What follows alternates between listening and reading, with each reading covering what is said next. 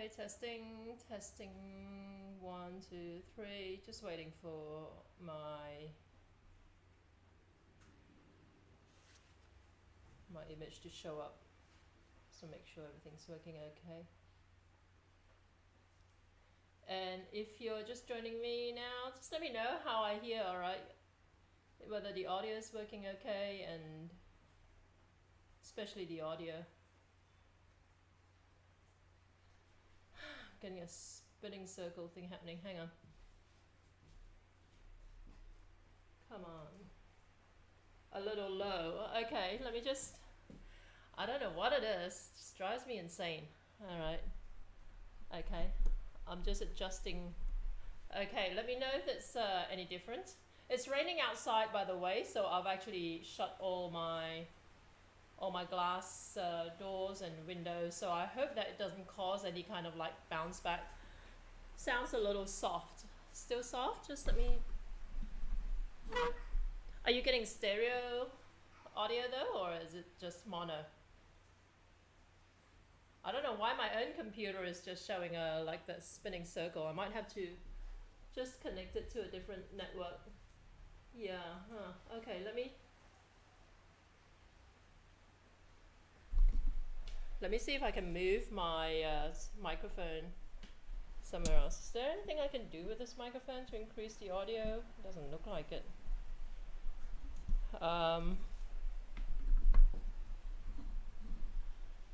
Hang on. Just let me check if there's any other settings I can tweak without killing everything. Audio, speakers. Okay, just hang on. Rode microphone, silence detection, copy left to right, volume range.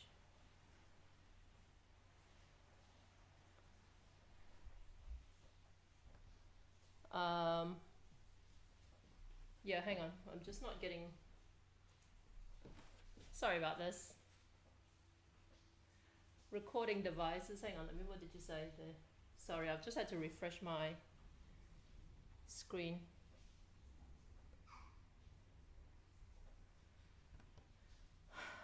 Audio preview.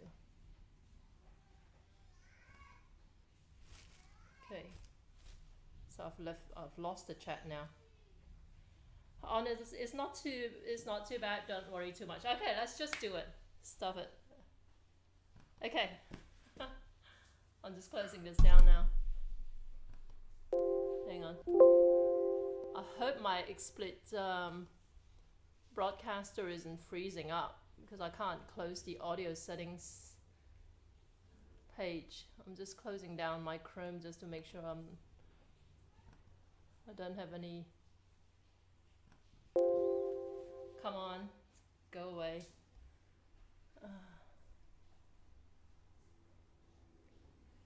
Cancel. Okay, this is just great because well, I've got this big black box right in the middle of my face. That's the XSplit general settings dialog box that I can't close, so I can't even see what I'm doing now.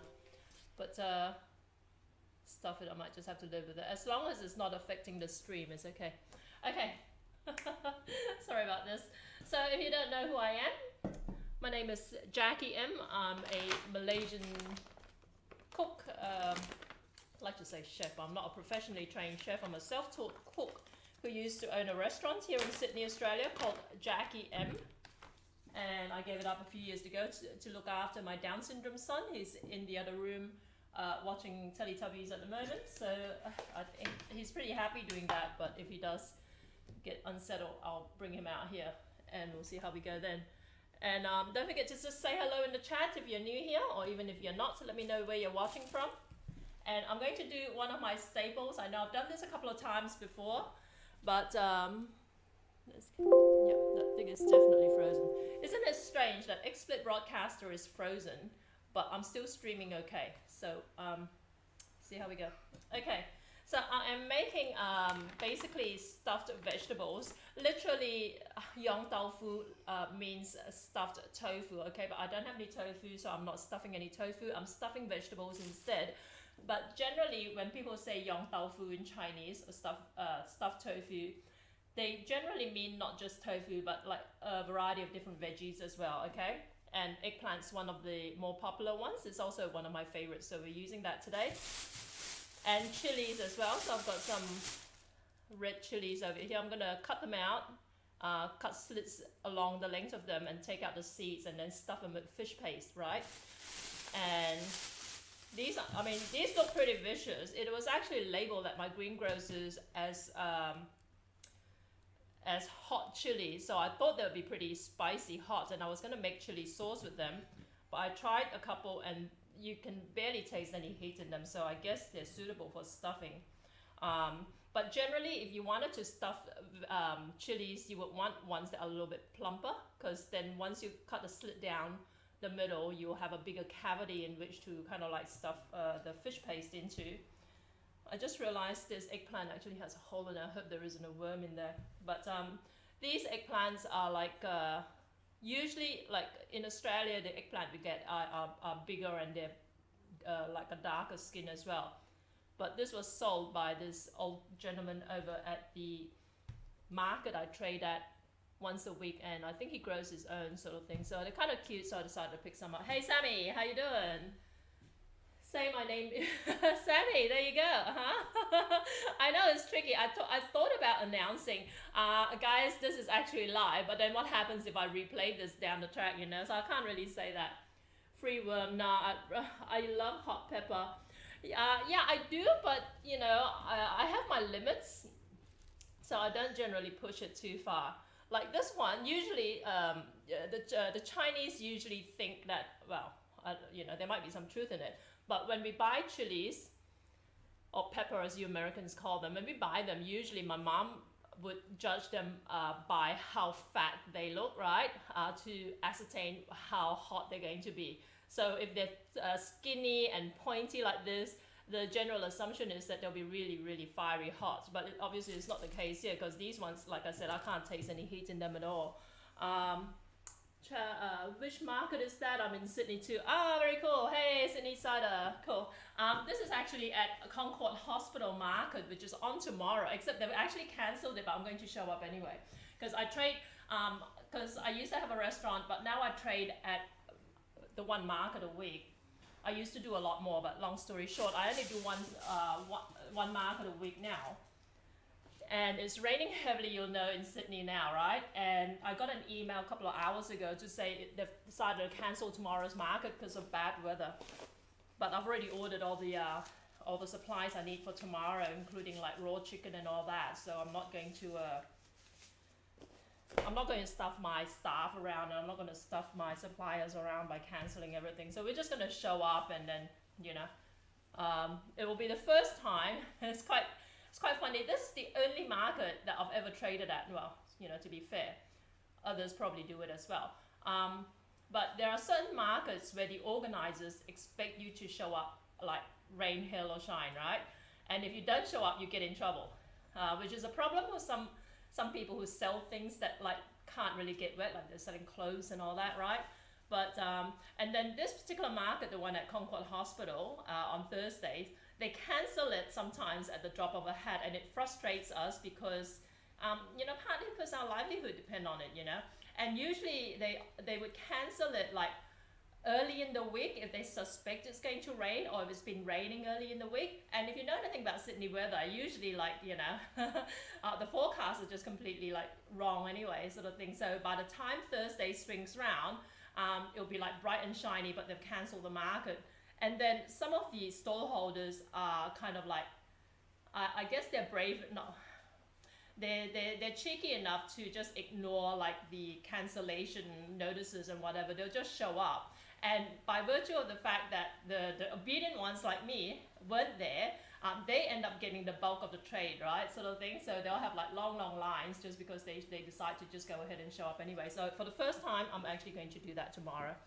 But you know, if they told me this morning, I would have like said, okay, fine, let's cancel it. But they told me like, you know, like I said, like just like a couple of hours ago, and that's way, way, way too late for me to organize everything.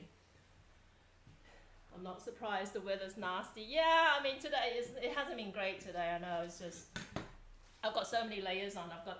I've got 2 layers on my legs, and then I've got like 3 layers on up the top here. So, and the funny thing is, like I said, my stupid XSplit broadcaster is frozen, and there's this big black like settings box right in the middle, and I can't even see myself here. So, but anyway, I can kind of see it over on my other computer, but it's a bit frustrating. Okay. So I've got my good old basa fillets. If you've seen any of my previous broadcasts making a fish paste, right, it's very, very simple. And in Malaysia, usually we would use mackerel, a couple of the more what you would describe the dark meat type fish, right?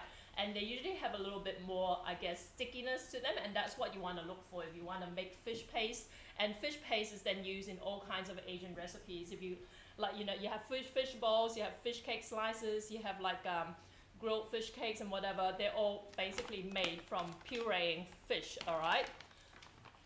But the using basa fillets, I was the first one that I know of actually uses basa fillets. And if you live in Australia, basa fillets are about as cheap as, like, you know, you'd expect to pay for fish, because this whole bag here, 1 kilo bag frozen, to be fair, cost $6.50, right?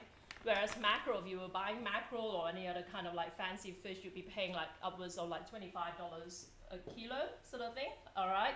So a lot of people who like basically come from Asia crave making this dish, but they keep thinking, oh, like first of all, they think it's hard to make, which isn't. And second of all, they think fish is too expensive in Australia, but like, that's why you should tell them to watch my broadcast. Use basa fillets, all right? Sammy, basa, ugh, I don't like it. You know, once you add all the, obviously it's not like, you know, it's not premium fish sort of thing, but once you add all the other stuff into it, it's fine. For this particular recipe, because we add a lot of seasoning and all that to it. Alright, so this is kind of like the budget version of Yong tofu, right? Yong tofu, like I said, literally just means stuffed tofu, and we're not using any tofu. We can use some tofu skin or bean curd skin, but no tofu. The Hakka bit, Hakka is basically a Chinese dialect group, all right? So I'm a Hakka, and we Hakkas aren't generally known for our cuisine. Usually you hear about the Cantonese, you know, being famous for their food, or the Sichuan and all that sort of stuff, but Hakka, not so much. And that's primarily because Hakka were, I guess, their background were quite rural, and their food tends to be quite, I guess, kind of like poor people food, you know. And also they use a lot of pork, so I've never really pursued, I don't eat pork. I'm like one of 5 Chinese people in the world who don't eat pork. I don't mind basa, it's just so cheap and it holds its shape. I've only had it in its own weird texture. I still have some fillets in my freezer. Yeah, you should try it. You don't need anything fancy with it, you know. So first off, this has been defrosted, obviously, so I'm just going to cut it into like 3-inch chunks, right?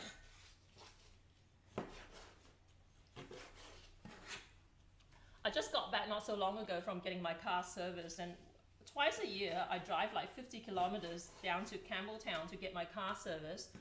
And I'm not really sure why I do that. Well, the reason I do that is because I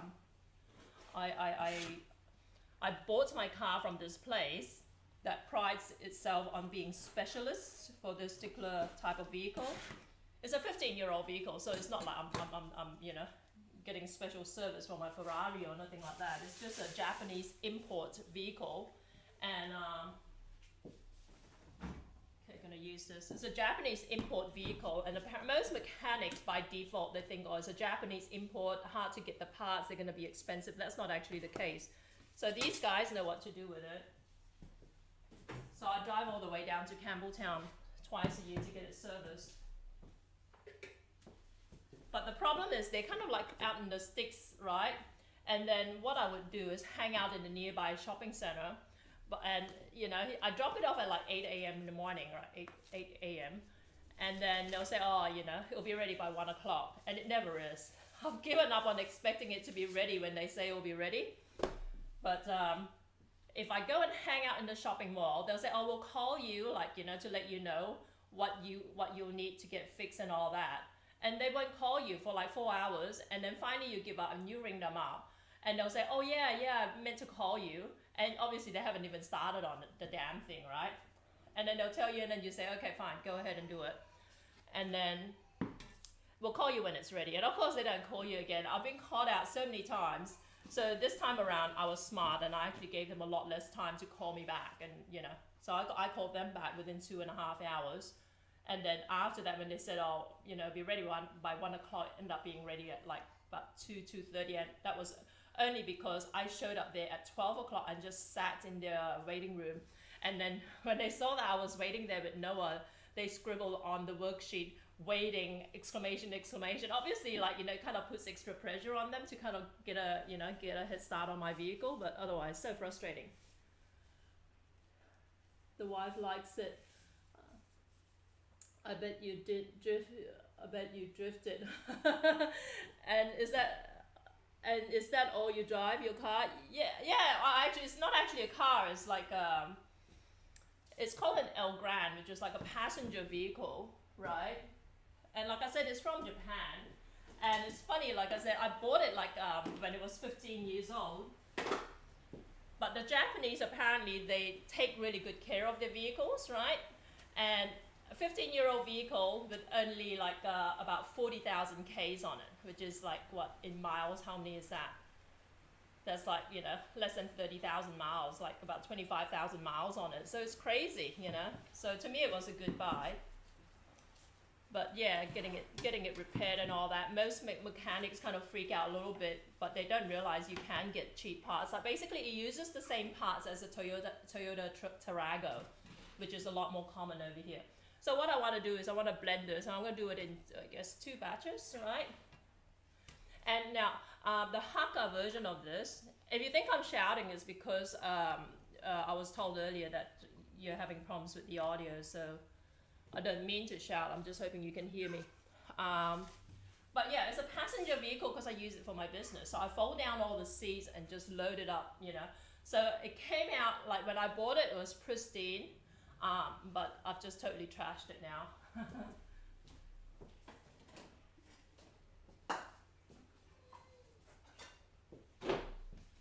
All right, so I want to season this, and pretty basic stuff. Now, if I weren't using basa, right? If I were using like a mackerel or something a little bit more, I guess, meaty, I would actually want to add some water to this, okay? And the other thing about Hakka Yong tofu as well, first of all, there's 2 features to Hakka stuffed veggies. First of all, they like to add pork mince to the fish, all right? I don't eat pork, so I'm leaving the pork out. I could theoretically put chicken mince in it, but I find that basa in itself, like Sammy was saying earlier that he wasn't a fan of it, the reason for it is that it doesn't have a lot of flavor as it is. So if I add chicken, and I've done that before, I've got a couple of videos where I actually added chicken mince to it. It almost tastes like chicken, like paste, you know, even though I added very little. Like, so I'm gonna leave out the chicken, so it's just straight fish. But the other feature of Hakka Yong tofu is that after we stuff the veggies and then fry it up, we actually then braise it in a sauce, okay, in an oyster-based sauce. So I'm gonna do that as well.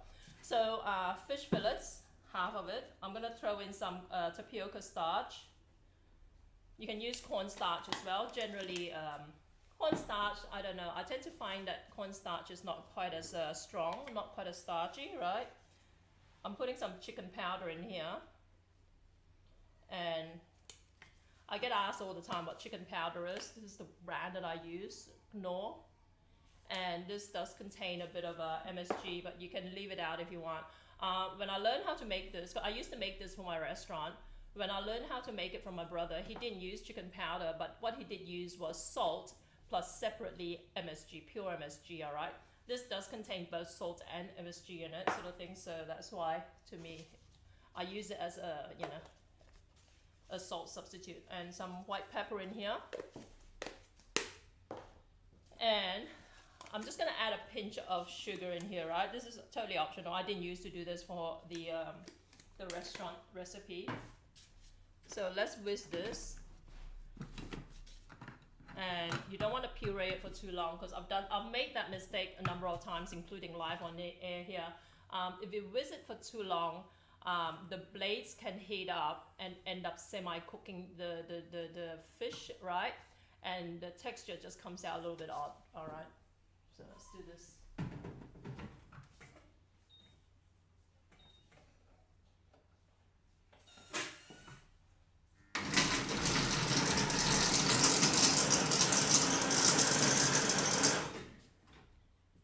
So that was 5 seconds on the thermo cook. Let's see how it looks.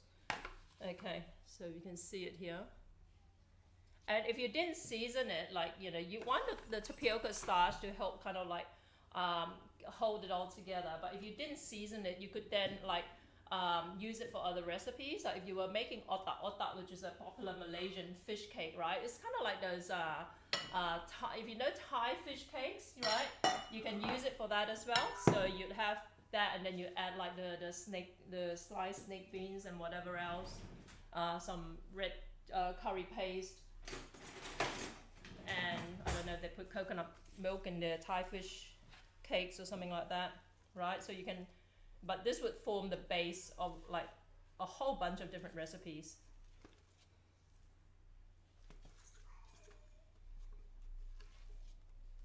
And by the way, if you watched any of my past broadcasts, I've got like probably about half a dozen of these shirts left from my restaurant days. I probably want to get some more done up because they're on their last legs. If you watch some of my past broadcasts, when I wear this shirt, I didn't realize there's a tear in here, and the hole was getting bigger and bigger. So if you see some of my whole podcast, you'll see that there's a big gaping hole right in the middle of my belly. It's part of the reason why I'm wearing an apron, but I've decided to just actually make the apron my complete look from now on, because I've been a little bit too lax in my Twitch broadcast, I think. Amateur hour is over. All right, so that's the fish paste, if you can see it here. All right. Let's do the next lot. If you were actually whizzing this frozen, which you could do as well, frozen basa fillets actually has quite a lot of moisture in it, okay? So your paste will turn out a bit more sloppy. But on the plus side, there's less of a chance of you over pureeing it, because the coldness in the, basically the ice in the fish, right, will prevent it from like overheating and prevent like the fish from actually pseudo cooking. So some chicken powder again, white pepper, tapioca starch,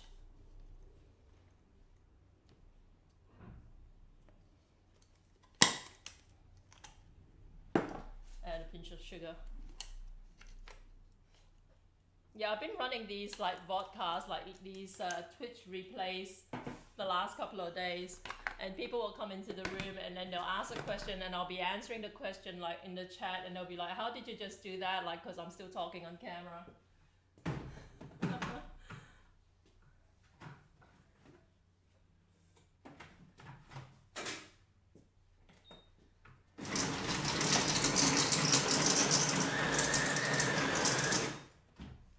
Okay, 5 seconds. There you go. So this is a Thermo Cook, in case you're wondering. It's like a Thermomix, just a competing brand, right? It can actually cook for you if you want. It can do a number of different functions. There's a link on my Twitch profile, like front page. There's a link to Fruity. I think that's the link to it. That's the company that distributes it. So if you click on the link to check out the Thermo Cook, and then if you decide to buy one, I get like a commission for it. Hasn't happened yet. Actually, it did happen, but for whatever reason, the order wasn't processed. It was very strange. It said that I was entitled to a commission, and then I'd never received it. And yeah, I don't know what the hell happened to it, but still.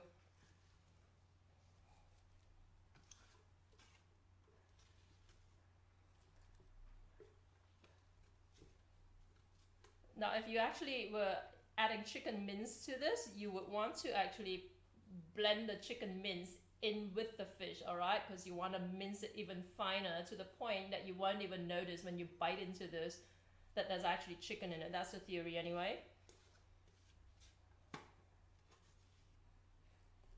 And the chicken mince will actually help it to give you a firmer texture as well, right? But if you weren't using it straight away, I have found on a couple of occasions that having like raw chicken in with your fish paste does kind of like impact on its shelf life. All right, it's just my experience. And like I said, you can use pork as well if you want. And then there are other Hakka stuffed veggie, Yong tofu recipes that actually have dried shrimp in it as well, but totally your call. Ameriporian, hello, how you doing? Good to see you.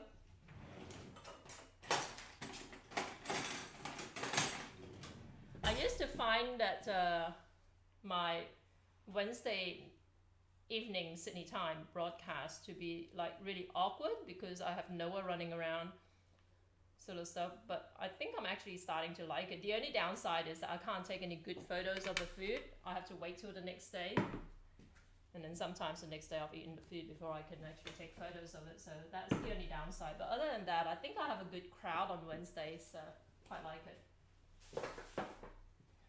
Alright, just let me get this out of the way. I want to change the cutting board because I need to cut up the veggies. Alright, give me a second.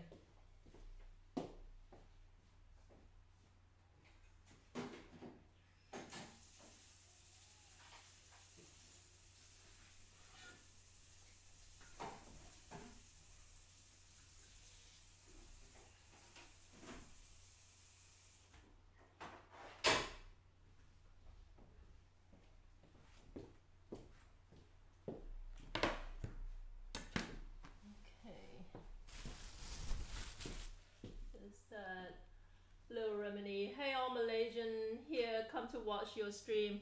Hey, I think you're the first Malaysian I've come. Oh no, actually, I tell a lie. I Cook, I Bake is actually from Malaysia, as is this one Mami. So a couple of Malaysians who found my stream, who actually decided to join in, but we need more Malaysians here. And we need more Malaysian streamers. Okay, so there you go. This one's a bit bruised because I bought this actually a week ago, so they're not perfect. Let's see how they look. In Malaysia, we actually use the skinny, like dark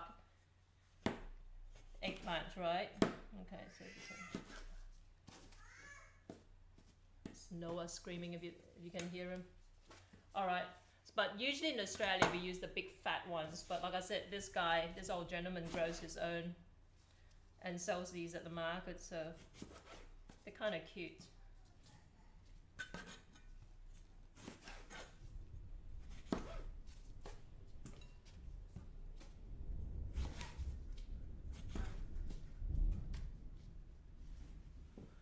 Yong tofu, yeah, I know, right? Are you Malaysian based in Malaysia or Malaysian based outside of Malaysia? Oh God, it does have a worm in it. Alright, I'm not using that one at all. Oh, gross. I think I'll just slice a worm in half.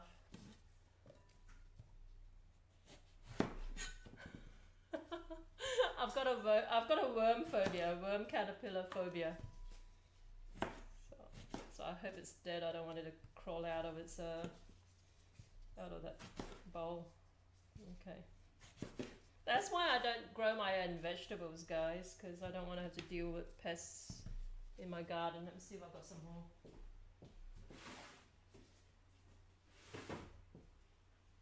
Yep, just one. Oh no, this one's got plenty of holes in it, so that's it. This is all I've got left.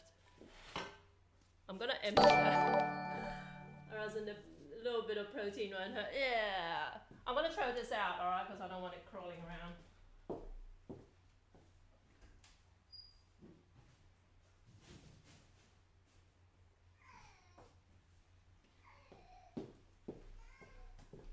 so I'm gonna, most likely I'm gonna end up with too much fish paste. We'll see how we go.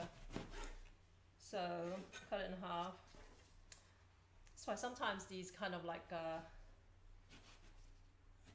you know, the one time I used to trade at an organic farmer's market, right? And there was one season in Australia, well, summer in Australia is mango season. I love mango. And for the first time, because I was at the market, right? And usually organic vegetables and fruit are like through the roof price-wise. These guys, at the end of the day, they brought a whole tray of mangoes to me, organic mangoes no less. And they said, oh, they're on sale for like $10 or whatever. So sweet, I'll buy them. And yeah, maggots. I did not eat mango for that whole entire year after that.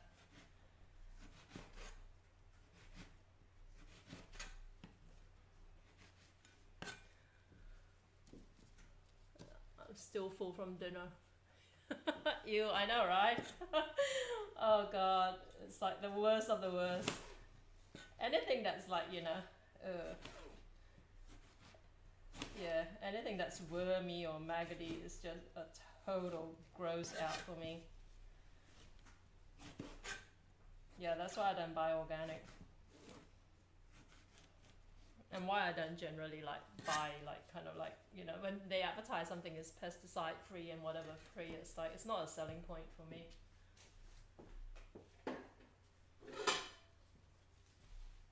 Just like when people say, oh, they're you know, they're advertising their restaurants and it's like, you know, gluten-free or carb-free or fat-free or whatever. That's actually a turn-off for me.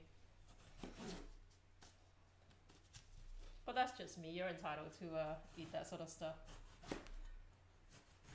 So I just generally assume if something is gluten-free that the recipe has been compromised, right, to make it gluten-free.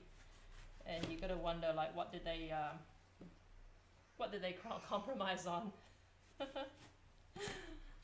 Because I've actually produced like gluten-free stuff myself as well,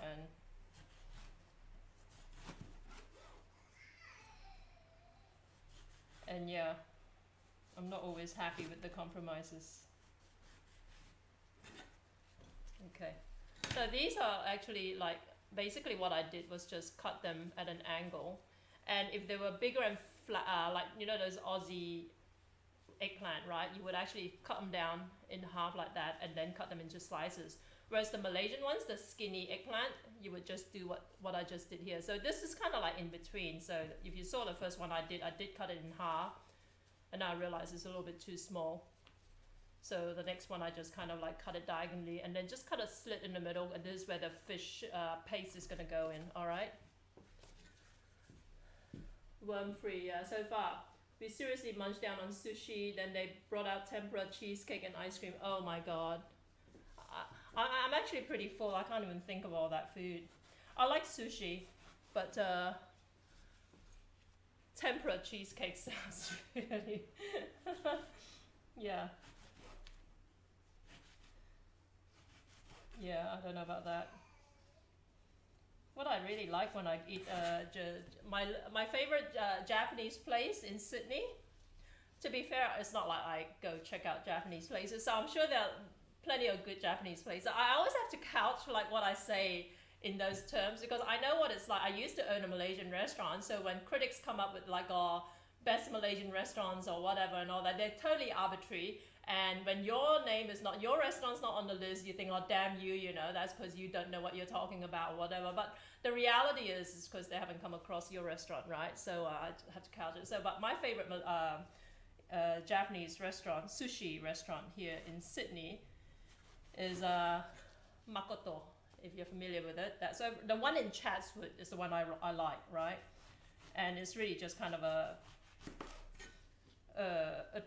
kind of like a tradition thing, because I used to actually run a market stall at Chatswood every Thursday. So as part of my ritual after a really long day of work at Chatswood, I would pop into Makoto as they're closing up and buy all this sushi at, like, you know, discounted prices. So that's that. And I want a smaller knife to cut the chilies with. Let's go with this. So, like I said, ideally you would have wanted like fatter, plumper chilies, but this is what you want to do. Just cut it down the middle here. Leave that, leave the stem on, but if it's got a little hook and you're actually going to be deep frying this in a deep fryer, what I used to do at my restaurant is just cut off part of the stem just to get rid of that hooked bit, because what tended to happen was that the curved bit of the stem would tend to get latched onto the deep fryer basket and then get ripped off, right? So that's just stuff you learn from trial and error. So you open up the chili and you've got the seeds. So what you want to do is pull that out. All right, and that will do two things. It will basically make it less spicy because a lot of the heat's in the seeds, and secondly, it will create that cavity where you're going to stuff the fish paste into.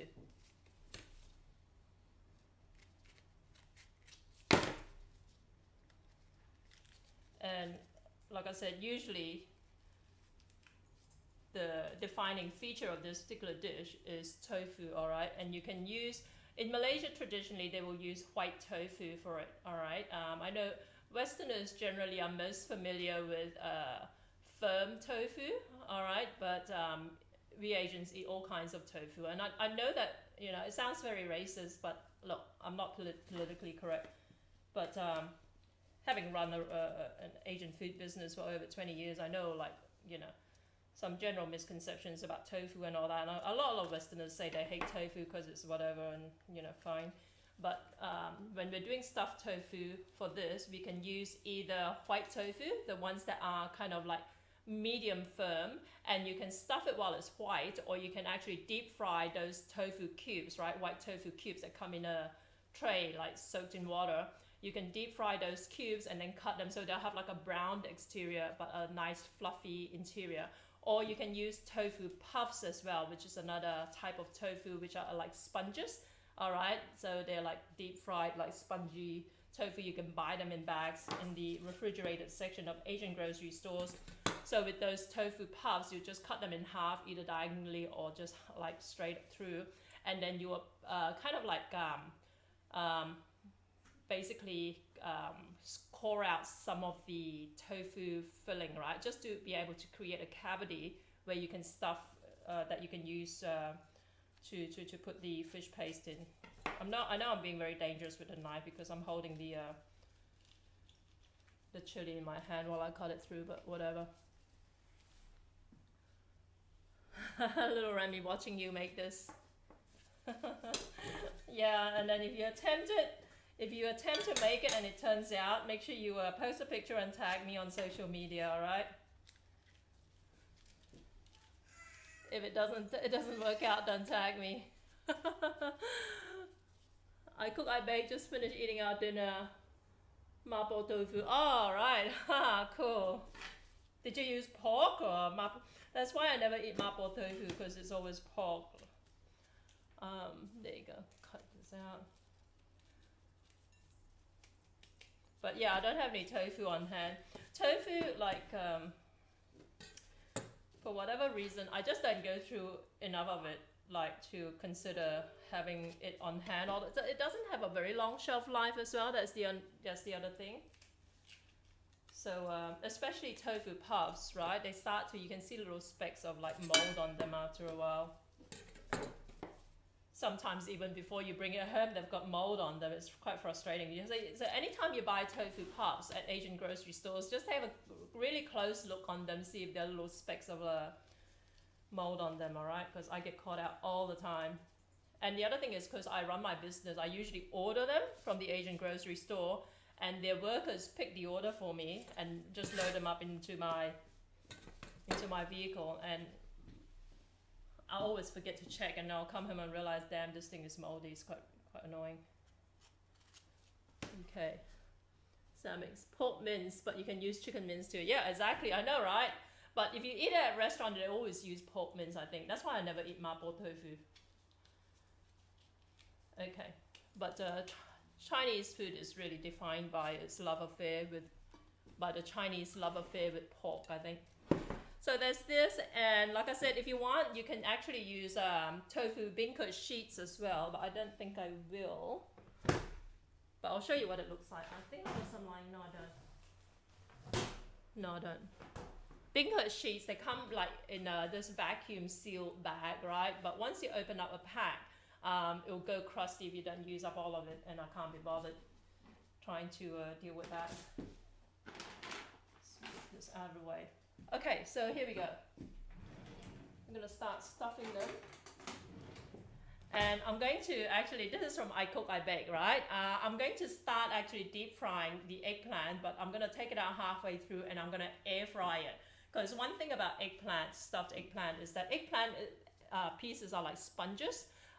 When I used to deep fry this all the way through, they would soak up all the oil till they're like just dripping with it. And what my brother used to do, because he didn't run a restaurant, my brother's a bit of a, kind of like a cook, right? Passionate cook, but he never had to cook for as a business. So, but he taught me how to do this for my restaurant. And he told me this is what you had to do after you deep fry it. You would take them out and individually kind of squash them and then gently pat each one of them on paper towels. And who's got the time for that in a restaurant setting, you know? So I used to actually just sit them in a colander and let the oil drip, but they'll still be quite oily. But this great technique, I got this air fryer a couple of weeks ago from the company that distributes them. There's the Optimum Healthy Fry, and it's from a company called Prestige Home Appliances. Their website is just prestigehomeappliances.com.au if you want to check it out. Yeah, so what you do, because you do want a bit of oil, like, you know, to be able to fry it up. If you just kind of throw it straight into the air fryer, it's just going to be too dry. So you want to like have some oil in it, but only fry it like for a couple of minutes, dish it out and then finish it off in the air fryer. It's perfect then. I always freeze my tofu puffs as soon as I get home from the shops. Yeah, I know, right? I always think, oh, you know, sorry, I'll get through it within a couple of days, and then sure enough, no, they go off. But like I said, half the time, you know, even like, you know, even before they leave the shop, they're already off. It's quite frustrating. Yeah, oil, hang on.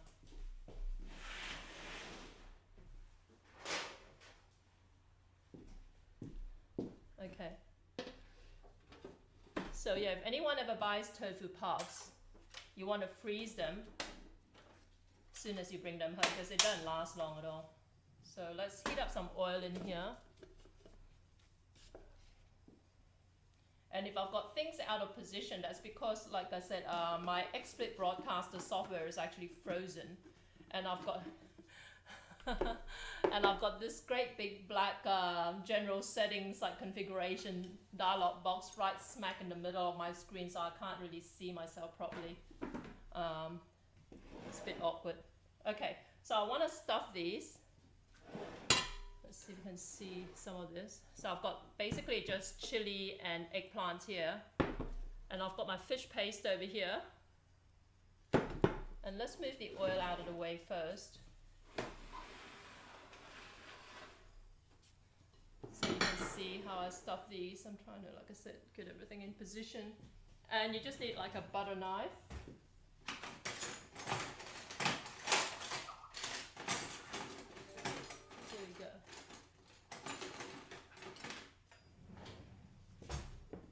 Okay, and I know like you see a lot of recipes that talk about like dusting these with flour. I've never had to bother with that, but you know, if you feel that like dusting it with some cornstarch or tapioca starch helps the fish paste to stick better, then by all means go for it. But like I said, I never had to do it. Never been an issue for me. Not generally anyway. Okay. So you want like just some of this in here, and you just want to kind of ram it in, right? Just like that. Okay, cool. Yeah, if you guys haven't, some of you might not have noticed this vodcast feature on Twitch, which is totally new. I stumbled on it the other day when I was trying to because after each broadcast I go back and replace the thumbnail with a picture of the food I would have taken and all that sort of stuff. But I came across this option that says, oh, add this video to vodcast. I was thinking what it was, and I googled it, and I found out that literally just rolled out that feature. And what it is it replays the video on Twitch, right? But of course it confuses people because they think you're live and you're answering questions that don't exist in the new chat room. And so when I do run a vodcast, at this point anyway, I'm making sure I am in fact around in the chat room. So if anyone asks any questions, I would hop on and answer. And I did that the last couple of days. And people will be watching me cooking and they'll ask a question in the chat room expecting me to reply on air. And instead I'm typing the answer and they're saying, how are you doing this? Is this actually Jackie sort of thing? Yeah, so yeah, it is me. So sometimes you might see, if it says vodcast in the top corner, that means it's a replay, but I will still be around in the chat room, all right? I actually turn off the volume because I can't stand listening to myself talk. It's bad enough having to, I don't ever, like, you know, I've done a few TV spots in my life, but I've never actually sat through watching myself on television because I can't stand watching or hearing my voice, watching myself or hearing my voice on air, right? So I actually mute it. And then people will say, oh, what did you say? I said, I don't know. Yeah. Okay. But yeah, I really like the vodcast feature. I think it like, because otherwise half the time, well, most of the time, because I only broadcast 3 times a week, most of the time when people hop onto my channel, I'm either like offline, or I would be offline, or I'm hosting somebody else's broadcast. And if they're vodcasting, I'm basically like hosting their vodcast, and I might as well host my own, you know. So, but yeah, I'm gonna. This whole Twitch thing is a work in progress. I've only been here less than 4 months, so I'm still working on, like, you know, settling on a particular format, particular get up, right? So I was talking earlier because this is actually a t-shirt. So if you've seen some of my past replays, right? Some of my past videos, this t-shirt actually has a big hole here, around here. And it started out as a small hole and it just got bigger and bigger. I'm one of those people who don't actually, like, you know, who's a little bit oblivious to my appearance sometimes, right? And when I was choosing the episodes to replay, I'd just play like a quick little segment of it and say, oh my God, that you know, I'm wearing a shirt with a big, great gaping hole right on my tummy and stuff like that. So, but that's why I've got an apron on, and I will probably have an apron on from now on.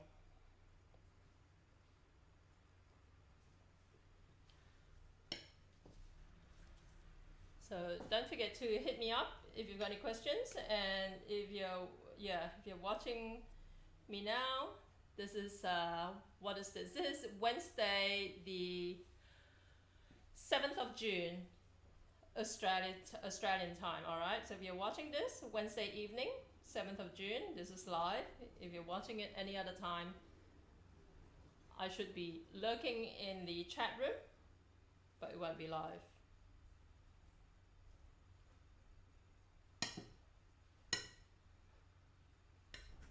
And if you've got any recipes you want me to try out, let me know. If you want to sponsor a segment, let me know. Someone mentioned the other day, is it buffalo wings? I've never eaten buffalo wings, but they gave me a recipe, so I might try it live on air one of these days. Let's see what it's like. Do you have the recipe? Do I have the recipe for the buffalo wings or for this one? I have the recipe for everything that I do. So if you hop on to JackieM, JACKIEM.com.au, that's where I post all my recipes. So for many years now, because I've been around online for years and years and years, for many years now, I was the Jackie M online, right? But then a couple of months ago, because I don't like, I'm a little bit, I don't hang with the in crowd within the food blogging sphere, right? Because I actually, you know, I blog about food, but only incidentally, because I want to post my recipes and whatever, and because I work in the industry. So I don't really hang with like food bloggers per se. And then someone tagged me, right, in a food blogging community, because someone else, one of the other food bloggers, was saying, oh, does anyone have Jackie M's contact details? And this guy who knew me, he said, oh, you mean this Jackie M? And apparently no, they meant a different Jackie M. So I don't know how long this other Jackie M's been on the food scene now, but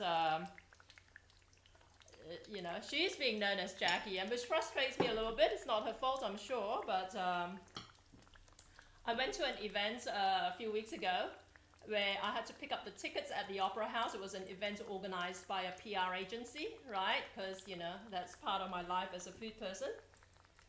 And I went to the box office to pick up my tickets. And I say, it's Jackie M. And they gave me my tickets. It was in the name of Jackie McMillan, right? Which is the same woman, I didn't even realize, I didn't connect the dots at the time. It was the same woman that the food blogger community was looking for. So Jackie McMillan, her website is, I think, Miss Descent Eats or something like that, I don't know. She's going around as Jackie M now as well, so it's very confusing. And then just now, when I was over in getting my car serviced, I got a message that says there's a courier parcel on its way to you. It doesn't say who it's from, but it says it's from Surrey Hills in Sydney. If you live in Sydney, you know Surrey Hills is like that, kind of like a hub for Sydney PR agencies. It says it's from Surrey Hills with a parcel for Jackie McMillan, headed to my address. Okay, so it's starting to be a little bit annoying. And then it makes me think, am I missing out on all these like PR invites because people think that Jackie McMillan is actually me and they meant to invite me? Because that has happened before as well, where I would ask legitimately why I was left off a list, and you know, the marketing person would say, oh, you're meant to be on the list, sort of thing. And I'd assume something had gone awry. But I think, you know, I think I'm going to have to email all the PR agencies in Sydney and tell them, look guys, this Jackie M is not Jackie McMillan, it's Jackie M. It's Jackie Malaysia.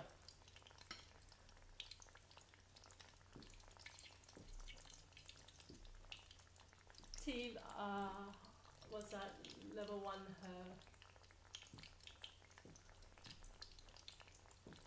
for this Yong tofu. Yeah, the recipe is actually on my website, but I'll post it again in a week or so.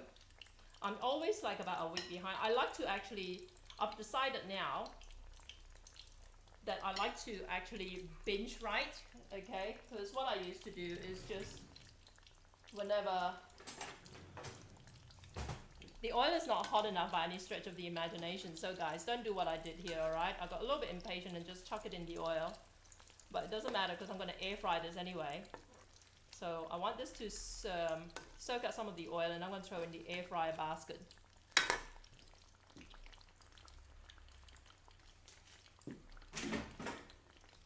Okay.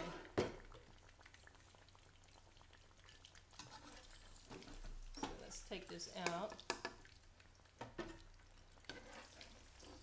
And let's heat up the oil a bit more before I put the next batch on. But in the meantime, I'm taking this out and finishing them off in the air fryer.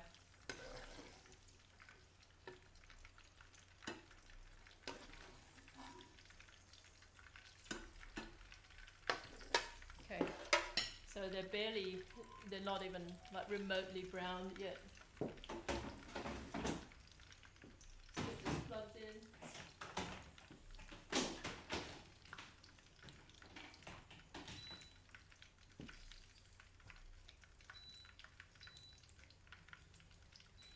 Okay, let's do it for 15 minutes, see how it goes. I'll probably toss it if I remember halfway through, just to make sure they get cooked evenly. 1 versus 1. 1 versus 1 her. Is that what you mean? 1 versus 1? I actually tagged the other Jackie M on social media earlier. I tagged her on Twitter. Basically, I said, PR agencies for the last time, Jackie M of JackieM.com.au is a different Jackie M to Jackie McMillan of Miss Descent Eats. And last I checked, she hasn't responded, so this could be war. Hey, I was here first.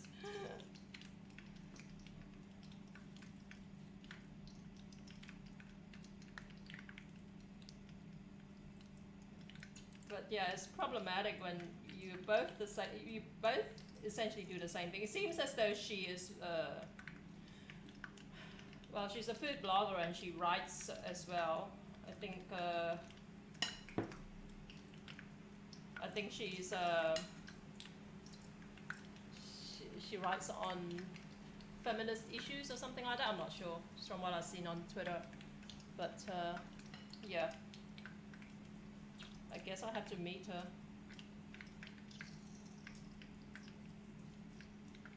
Just check out the competition. But I don't know how anyone can get me confused with anyone else, because my brand is completely different. I am very, very specifically Malaysian. Oh, I didn't set it long enough.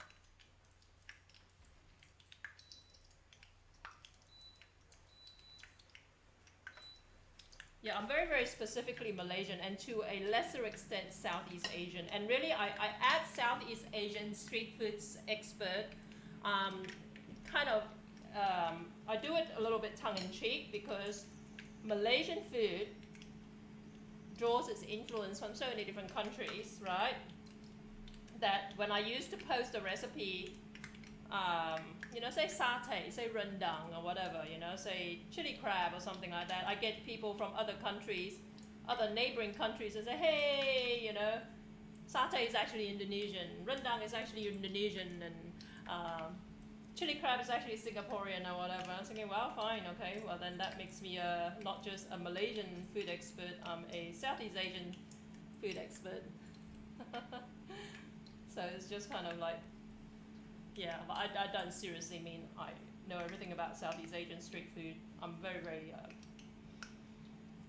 yeah, I'm very Malaysian-centric in my cooking. I think I need new gas, I'm not sure. I always think I need new gas when I'm cooking on this little portable stove, because it never seems to heat up quite quickly enough for me. Oops.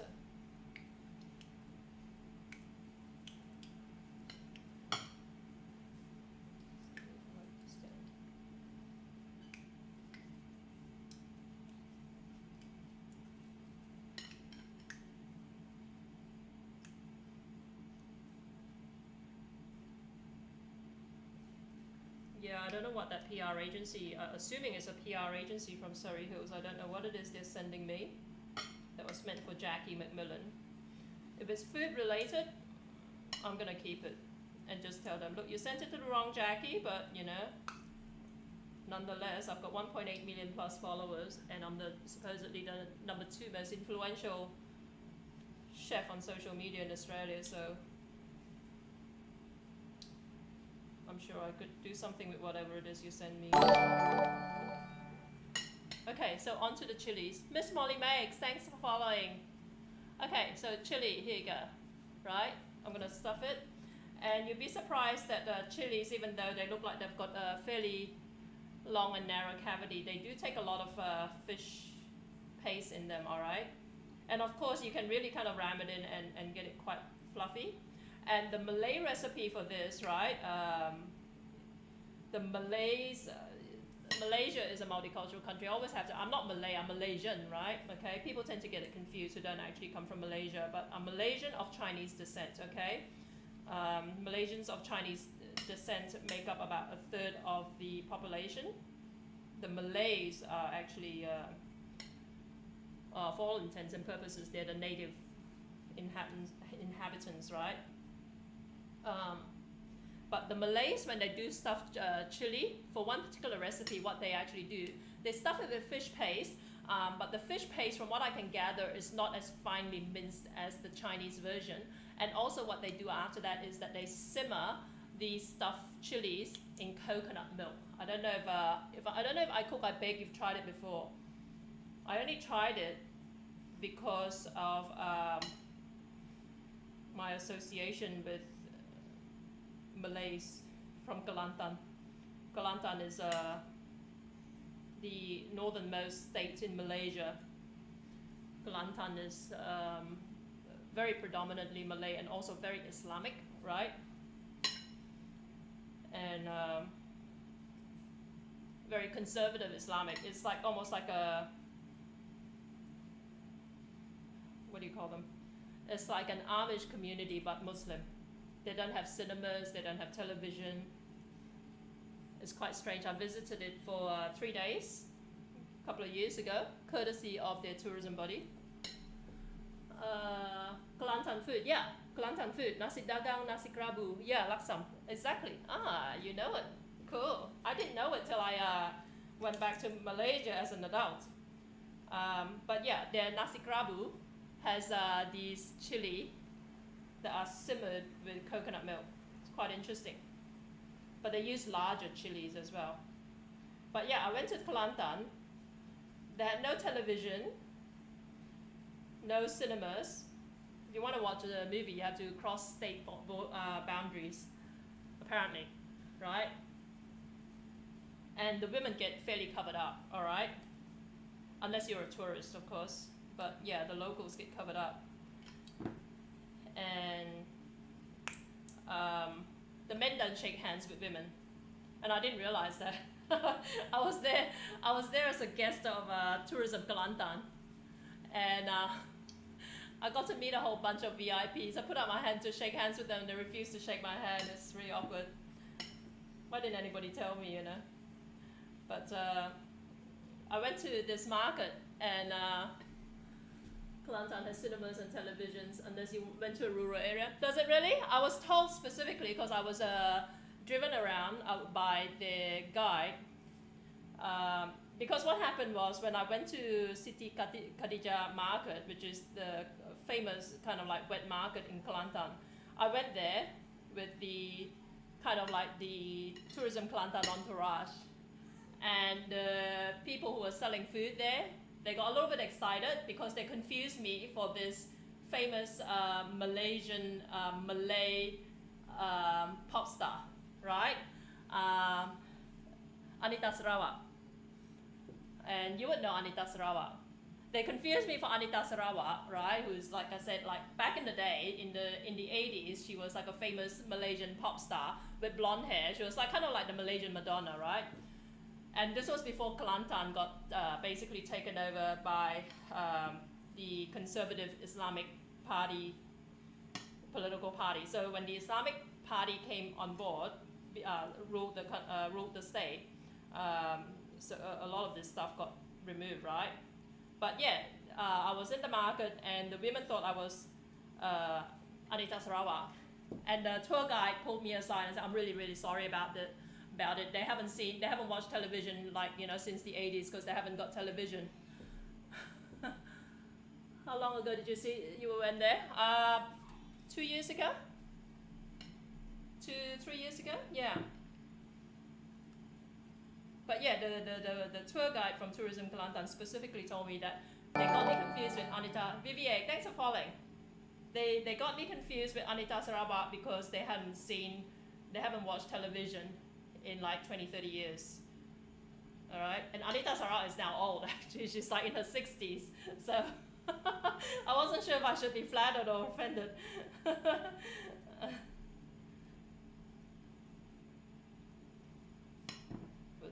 Yeah, and yeah, when I was in the tour, like, you know, with the tour guide was telling me like I don't know if it's Thailand that they cross the border to watch movies.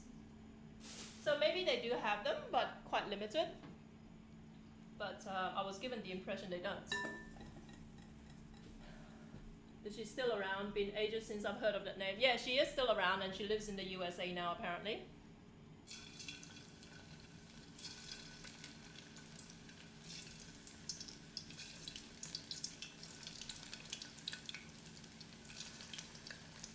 But Kelantan food is fabulous. But it is a very different culture over there, right?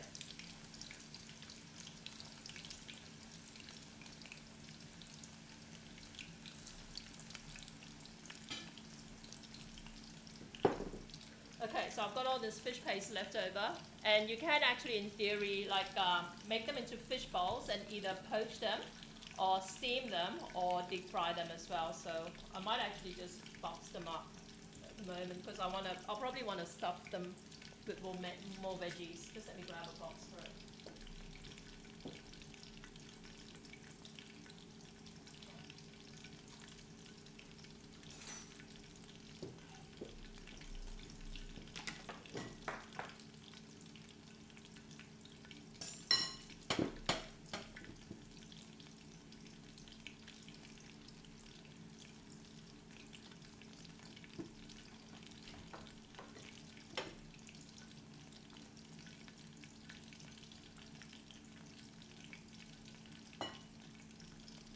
But yeah, apparently in Kelantan they don't play like current like pop music and that sort of stuff because it's considered un-Islamic, right? And their form of entertainment, they took me to this thing, I don't know, you would know it. I cook, I bake. Yeah, here you go, Little Red Mini. You would know it. Dikil Barat, alright? And it's basically on stage, and it was a Dikil Barat competition. And what it is kind of like a,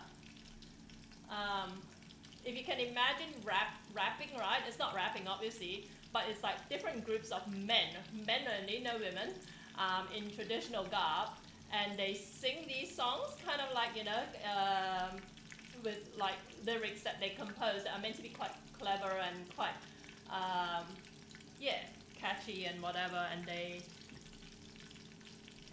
get judged based on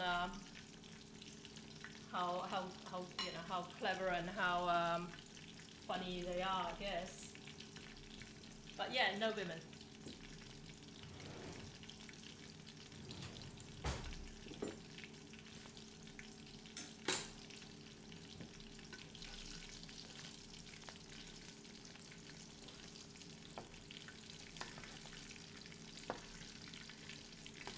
I'm gonna take this out because I only want to half cook it and finish it off in the air fryer so it doesn't get too oily.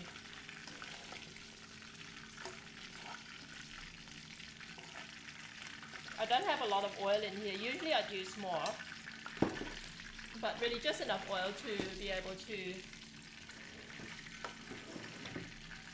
cover part of it, or half of it is fine. Gloves.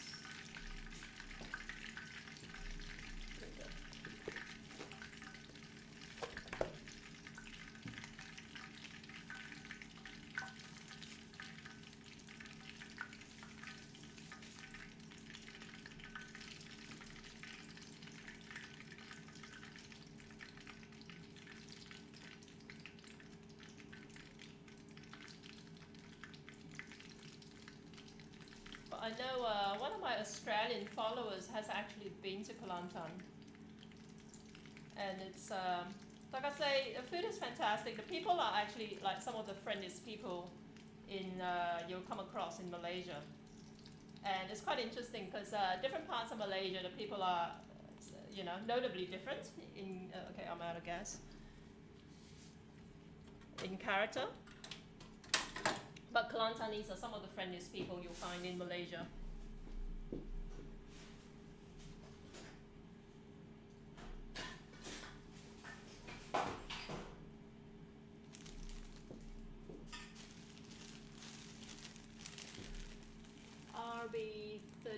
RBL32, hello. Stuffed eggplant is my absolute favorite stuffed veggie. Yeah, same here.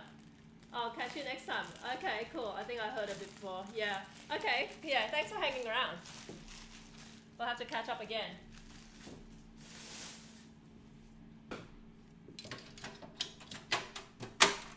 Yeah, same here. I love eggplant.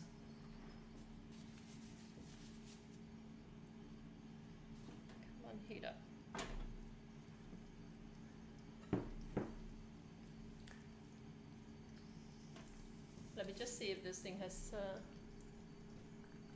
No, I still can't close it. It's just the strangest thing.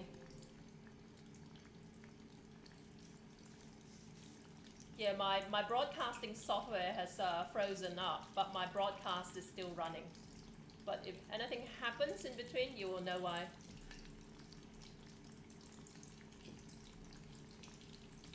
But because it's frozen up, I actually tried to play around with some of the settings because of audio issues again. Before I go on, right guys, shout out to Lenovo Australia for the laptop I use for my live streaming, and I'm using a no, it's not a an IdeaPad Y700, which is a gaming laptop. If you're interested, you're looking to upgrade or whatever, check out the Lenovo Y700, the IdeaPad Y700. And I'll give a shout out to Rode Microphones, except I keep stuffing around with my microphone that I'm sure they're embarrassed for to be acknowledged. And I'm sure it's just either an XSplit broadcaster issue or a problem with my USB cable, but like I said, I've been having a few audio issues in my last few broadcasts, quite embarrassing.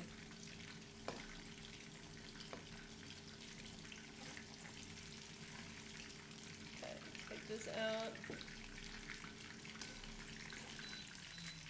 Okay, I forgot to flip that too. Let's see how it looks.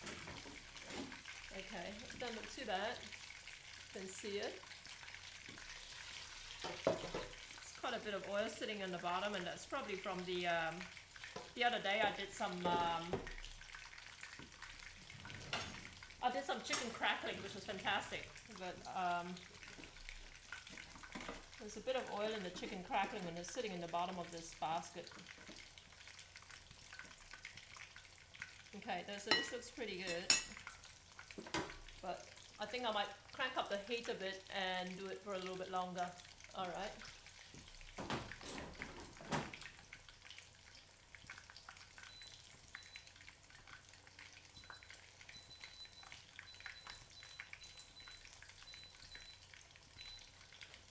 Okay. So yeah, it's definitely a lot less oily than if I fried it like from start to finish in the oil. So if you've got an air fryer, definitely consider using it to fry your eggplant in. But pre-fry it in the oil, you know, because it does need to soak up some of the oil, otherwise it won't, like, you know, it'll be too dry, I think, in the air fryer. Okay, in go the chilies. And let me clear a couple of things out of the way. So this chili is obviously too skinny for me to be able to stuff. I'm just going to cut it into slices and toss it in the soy sauce and use it as kind of like a dip, right? Put this away.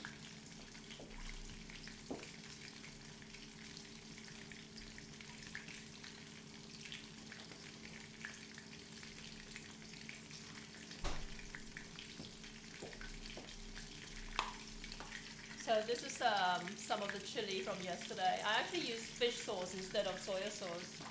Because I haven't settled on a soy sauce brand that I'm happy with yet here in Australia.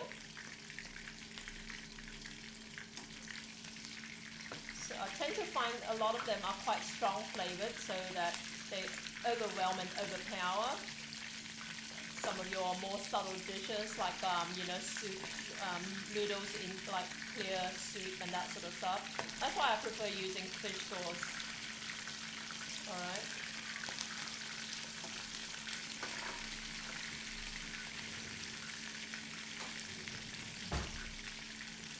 So I just basically just cut these.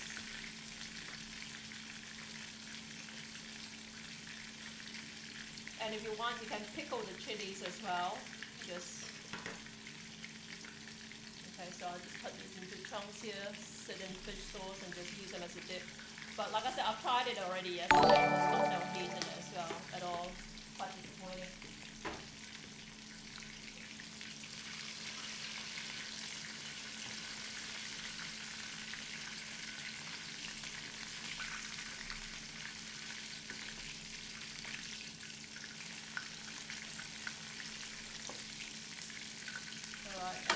some spring onion, or green onion as some might call it.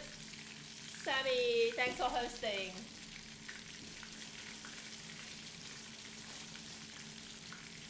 So these are just gonna get like, you can toss them in while you're when you're braising the veggies, right? Or you can kind of string them over the top afterwards. Clean it up. Get a knife. Yeah.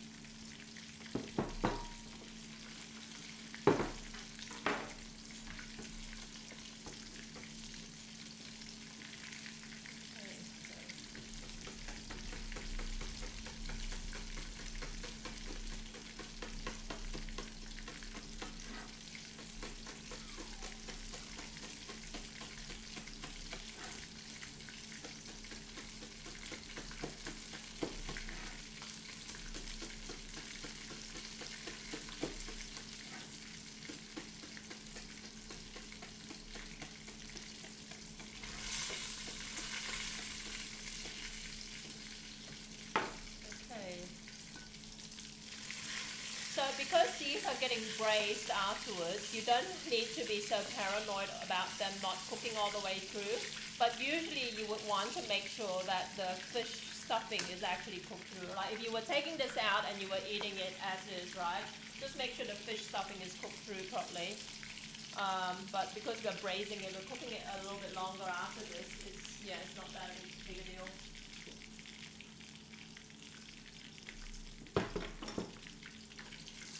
Let's take this out, and I'm gonna get rid of most of the oil. And you can, like, if you don't like the heat in chili, right, you can use capsicum for this as well. So with the capsicum, you know how they come in like these little, like, you know, kind of like these curved shape sort of thing, right? You just kind of like cut it where it curves. That way you can have like that, the natural curve of it will act as a kind of like a protection layer. You know what I'm trying to say. This way you kind of like put the fish paste in. So this is perfect, right? You can see it. I'm going to take that out and just add it to the chilies.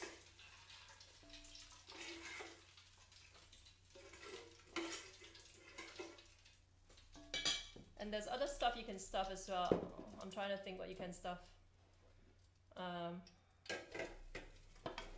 So this goes in there. Remember, they've been basically like simmered in oil for about a couple of minutes before this.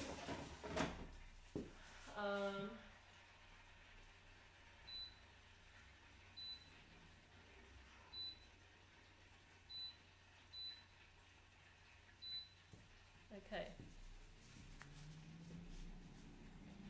Get rid of some of the oil and leave a little bit behind to do the braising with.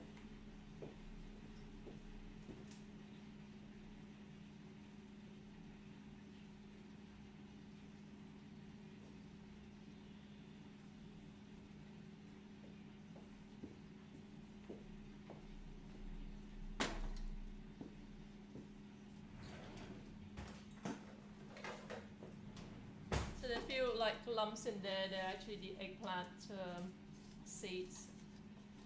Let's clear it out a little bit. Alright, so this is quite hot and I want to basically like throw in some garlic mince. And I use a fair bit of garlic in this. So this is fresh garlic, so the flavor is really quite strong. Stuffed bitter melon, snake beans. Stuffed snake beans, how do you do that? Okra, yeah. Valerie, hey, how you doing? Yeah, okra I've had. I'm trying to think snake beans. How do you stuff snake beans? Is it like tied into like little bunches? But bitter melon, yeah, I'm not a huge fan of them. Yeah, bitter melon as in like bitter gourd, right? Yeah, I know the Chinese love bitter melon. It's an acquired taste that I haven't acquired yet. Alright, so lots and lots of garlic. This is going to be very, very garlicky. And I'm going to use up some of my chicken stock. Any excuse to use up some chicken stock.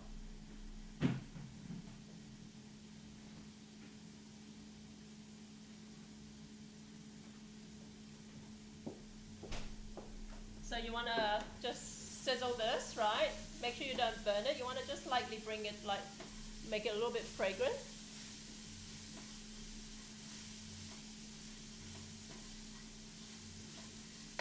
And toss in the vegetables.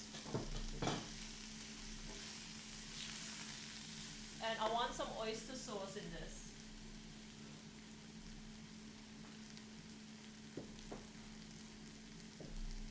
Down to my last bit of oysters. I've got more bottles sitting around somewhere, I just don't know where. So oyster sauce. And don't forget, different brands of oyster sauce are going to taste a little bit different. So some will be more salty, some will be less so. Some will have more oyster extract in them and some less so. So they're all different, right? And if you want to be a little bit fancy, you can throw in some Shaoxing rice wine in here now. So let's do it. But this is fairly totally optional, right? Blanch snake beans briefly so they soften, then tie into a knot, forming a small circle, and put filling inside circle. Had them in ampang. Is that right? Yeah, I'm trying to remember if I've seen them around.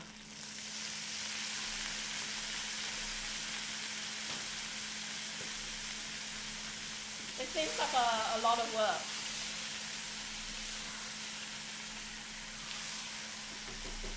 Okay, I'm gonna toss in some chicken stock. This is totally optional. Usually I just use straight water, but like I said, I'm trying to use up all this chicken stock I've got.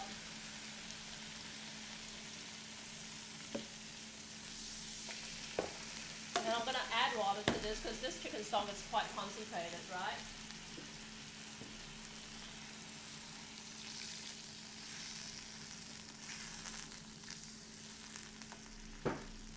And you can put a dash of soy sauce in this now. Except I don't have any soy sauce, I'm going to throw in some fish sauce, which I actually prefer anyway. But when you're using fish sauce, same as with soy sauce, a little goes a long way, alright? If you put too much in, your food's going to taste fishy, and also different brands of fish sauce will taste, will have different levels of fishiness. Just something to keep in mind as well, alright? Yeah, too much work for me to do that too, as well as snake beans being super expensive here in Melbourne. They're even more super expensive here in Sydney. I know, it's crazy. And I don't know, like, you know, a lot of these vegetables, I think we grew up eating, like, they were using those recipes because they were actually cheap, not necessarily because they tasted super fantastic, you know what I mean? And to me, snake beans is one of those, like, I could live without snake beans. Depends on how you use it, I guess. But like, you know what I really like with snake beans? I liked when they used to cut them into like little, you know, slices, and make when they make omelette out of that. That's a very kind of like home comfort food type dish. So basically, you want to simmer this, braise it, right? And because I'm a bit of a chicken powder addict, I'm just gonna put a little dash of this here, totally optional, you don't have to. And if you want, you can add a little pinch of sugar in here as well.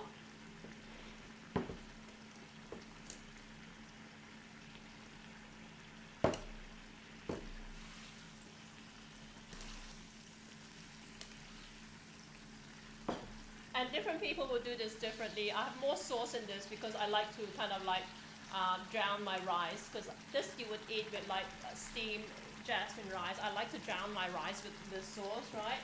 My brother, when he made this, he liked it quite dry. So his would be quite, I guess, like the bit more intense in flavor, but yeah, virtually dry, but still simmered like this, okay? Without the added liquids and whatever. Snake bean omelets, a frequent dish going out, right? I know. That I do miss. I want to thicken the sauce up a bit. So I'm going to use the tapioca starch again. Again, you can use cornstarch if you want. So here we go. And what you want to do is just add like for this amount. down just a teaspoon of cornstarch or tapioca starch to a teaspoon of water or so. You just want to mix it up like this. Okay, so you can see this, what's happening over here. It's simmering. It's actually, you know, in all honesty, the sauce is thickening up naturally anyway, but if you want that kind of like slight starchiness to your dish, throw that in. Fold it in gently, alright? You see the eggplant, some of it's falling apart. Okay, that's because I'm a little bit rough with it, so you just do need to be a little bit gentle when you're handling something like eggplant. It doesn't bother me because, yeah, I like that eggplant-y kind of like flavor in the sauce, but generally you do want the eggplant intact, right? French beans. I don't know if French beans, do they generate the same kind of like nostalgic memory? Yeah, to me French beans, yeah, a little bit different.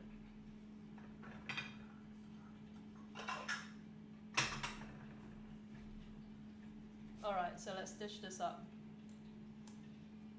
The sauce is a little bit pale. You can darker, if you had soy sauce in there, it'll be a little bit darker, and if you want it darker still, you can add some thick soy, right? I'm quite like, I don't generally use thick soy unless I'm trying to achieve like a virtually like black colored result with my dish, alright? But if you're wondering what thick soy is, I'll show you in a second.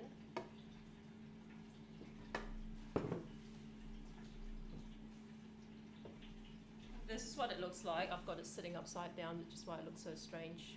Which is why all the sauces are. But this is the color of the soy, the sauce, and you can see it's really, really thick and treacly. That's why I've had to kind of like tip it on its lid to bring the rest of it down. But we grew up, and I cook, I bake, I bet you did too. You grew up knowing this as thick soy sauce, and sometimes even dark soy sauce, right? But nowadays, if you go to your shop, right, this will actually be labeled as cooking caramel, all right? But it's the same thing. So a lot of older recipes that call for thick soy sauce, even current recipes that call for thick soy sauce, this is what you want to look for in your Asian grocery store. Something labeled cooking caramel, all right? Yes, thick soy sauce. There you go. Grumpus maximum. I shouldn't be watching this at 2 a.m. It's making me hungry because it looks so good. It is damn good. You should come over to Sydney one day. There you go. So like I said, you know, we grew up knowing this as thick soy sauce, but this, I don't know if I cook, I bake, you know of a different brand of this. But this was the brand I knew growing up, and it's called, basically it's got an elephant in the front, all right? But yeah, I don't know if they decided to rebrand their product or whatever, but if you look for thick soy sauce, you won't be able to find it on the shelves, but you will be able to find cooking caramel on the shelves, which is the same thing if you're cooking an Asian dish that calls for thick soy sauce, okay? So it's very confusing, because when I did my cookbook, my editor, who was American, she was going, why are you putting caramel sauce in your noodles? You know, caramel sauce is what you put on pancakes, so there you go.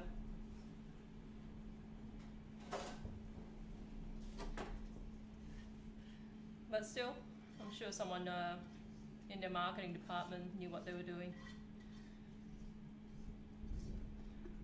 Okay, so there you go. This is almost like kind of like anything that says Hakka, all right? If you come across any Chinese recipe that says Hakka, Hakka invariably invokes kind of like these country meals, like cheapo country meals, right? So they look very earthy. They don't look glamorous or whatever. They just look like something that your rural relatives will cook up and put on the dining table with lots of rice, all right? Another brand which is available here is Bunchan, but the brand you have there is the best. Bunchan. I'm trying to think if I know Bunchan. Yeah. See, Chongchan is the one that I use. I always forget what it's called. Chongchan. That's right, Chongchan. But it's got a picture of an elephant on the label. But yeah, I don't know if they invented the dish or what, the sauce or whatever. But yeah, that's the one I ever knew.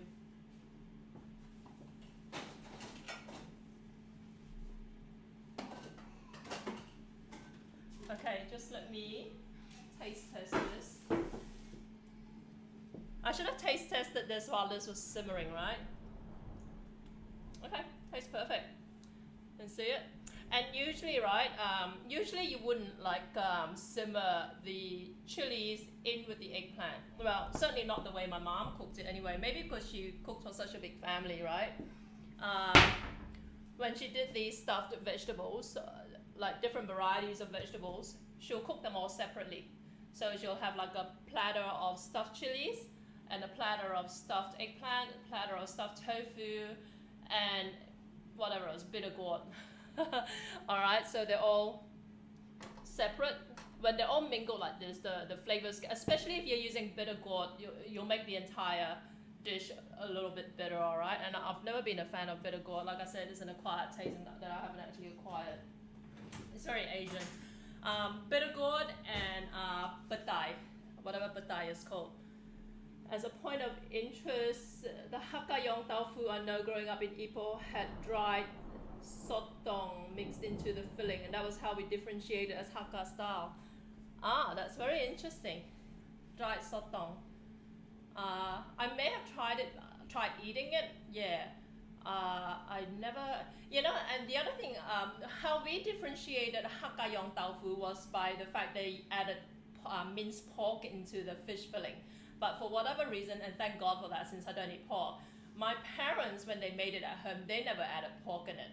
Alright, so to the Tang family clan, the Hakka Tang clan, which is my family, our definition of Hakka Yong tofu was basically the Yong tofu, the stuffed veggies being simmered, like braised with oyster sauce and all that sort of stuff. So yeah, thank God they never decided to use pork in them. Let's see how this is doing.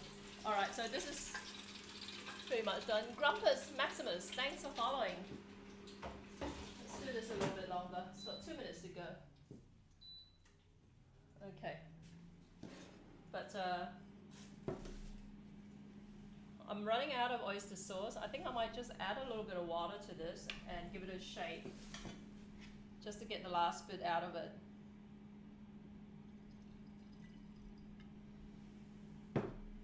I had a brand actually offer to send me out a bottle of expensive wine today. What's it called? I don't even drink wine. Yeah, some fancy champagne or something, because I gave them some exposure. And I said, oh, don't worry about it, I don't drink wine. And then right after I said that, I was thinking, oh, I should have said yes, that way I can use it as a giveaway for you guys, you know. But yeah, it was some expensive French champagne I think they were offering to send out to me. But still, I'll know next time. Oh, and had minced pork and filling too, though I know you didn't want to add mince into your thing. Yeah, like I said, yeah, that, you know, if you were being super traditional, you would have actually added minced pork into your thing. I could have added minced chicken, but like I decided to leave it out because, like I said, for whatever reason, my parents never used anything except fish in theirs. All right, so I was happy with that. So there you go, next batch, and let's take this out.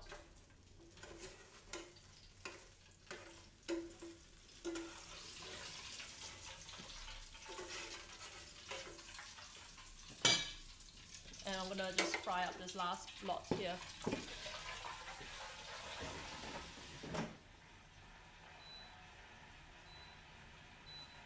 And I cook, I bake. I actually heard back from the company today about the appliances. So they said they'd like me to kind of like start on it next week. So you'll hear from me next week, all right? In case you're wondering. I'm just heating this up. I really should probably rinse this out, but I'm not gonna bother. I'm just gonna add a little bit of oil just to cook up this next lot of eggplant. And you can see here it's a lot like nicer and drier than it would have been had it been like deep fried all the way through, right? This looks like such a beautiful bowl, but I know if I took a photo of this now, it will just like be ugly because of the artificial light. Alright, so more garlic.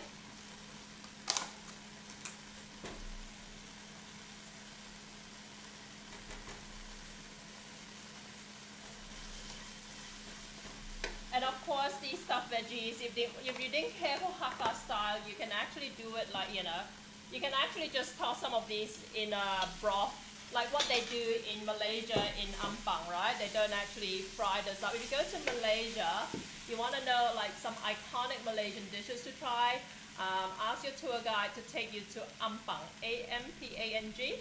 That is famous for Yong Tau Fu, but not Hakka style, all right? Yong Tau Fu basically stuffed veggies, and they'll have like all kinds of different stuffed veggies, but they serve it in like a clear broth, right? Or they just serve it like, well, bland sort of thing, poached, right? So no sauce with it, but it's really nice. And it's one of those dishes that's actually, it's Chinese, right? Even though, you know, like I said, Malaysia is a multicultural country. But this is one of the Chinese contributions to the culinary landscape. I'm just putting some fish sauce in here. So no particular order to how you put in your ingredients, right? So you saw earlier I put the oyster sauce in first. So I've got it in now. I'm going to toss in some rice wine, again totally optional.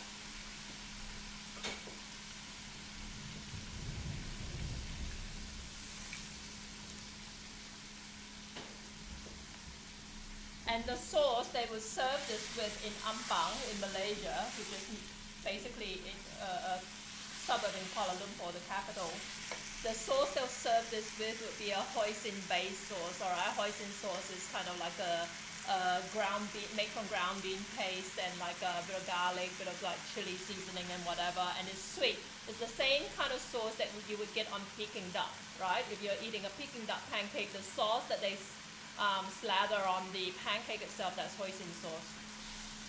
And hoisin sauce literally means seafood sauce.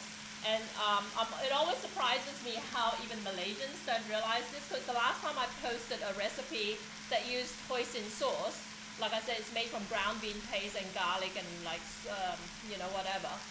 And I said it was a vegetarian dish. I had some Malaysians say, oh, but it's hoisin sauce, because hoisin literally means seafood, all right? But there's actually no seafood in it. So sometimes it surprises me that even Malaysians don't realize that. All right, in goes the water. And like I said, if you want a little bit of sugar, a little bit of chicken powder, you can add it now.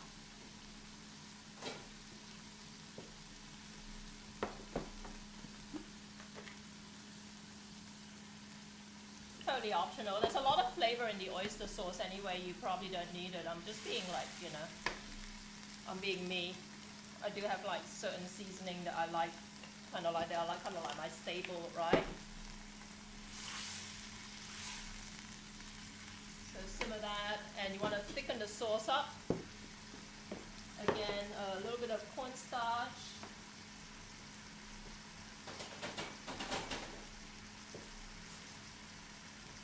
Or tapioca starch in my case.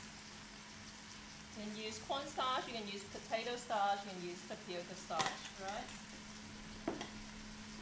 So let's taste test this a little bit. Okay, it needs a little bit more fish sauce. And more traditionally, trust me, they will use soy sauce. I just don't have any soy sauce lying around, but yeah. But a lot of the time, as a personal preference, I prefer to use fish sauce than soy sauce anyway.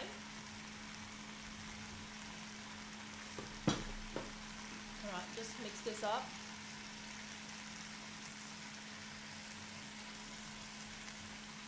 Okay, so you can see how it thickens up very quickly.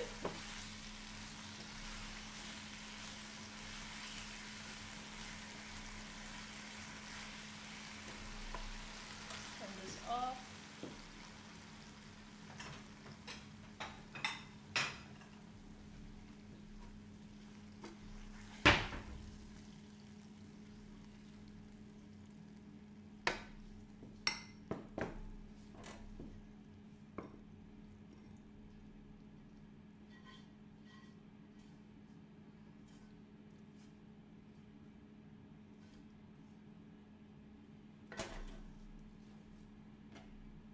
So, stuffed eggplant, sprinkling of green onion, right?